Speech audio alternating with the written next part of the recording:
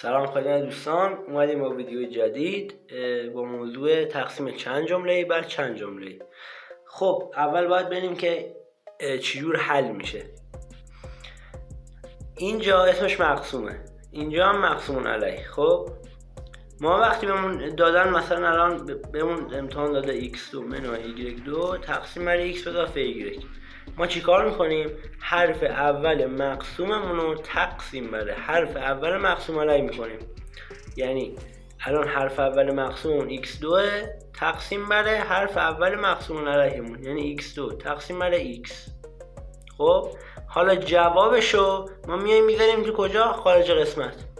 یعنی الان x رو میذاری خارج قسمت، ضرب میکنی x در x x2 x در y مثبت x y. بعدش که اینو نمیشه چیکار میکنی؟ علامتشون رو عوض میکنی. این که مثبت میشه منفی، این هم میشه منفی، این با این میره. حالا ما میایم اونی که x داره و اول میذاریم منهای x y با منهای y2. حالا دوباره از اینجا به بعدم مثل همونجا جمله اول این یعنی منهای x y تقسیم بر جمله اول این یعنی x میشه منهای y. منهای y رو میذاریم اینجا خارج قسمت، منهای y ضرب در x منهای x y. حالا منهای y در y میشه منهای y2. علامتاشو عوض میکنیم، این با این میره، اینم با این میشه صفر. جواب این شد تقسیمش. حالا با توجه به این توضیح که دادیم این دوتا میخوایم حل کنیم. این برای شما، این برای منه. خب چیکار میکنیم؟ حسابش کنم. جمله اول بر جمله اول اون 2x تقسیم بر x، x با x میره، این میشه x، این میشه 1 میشه 2x.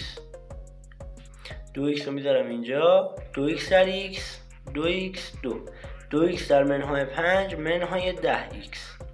علامتش رو عوض میکنیم، این با این میره. حالا مثبت 10x با منهای 7x میشه مثبت 3x، منهای 15 هم میذاریم.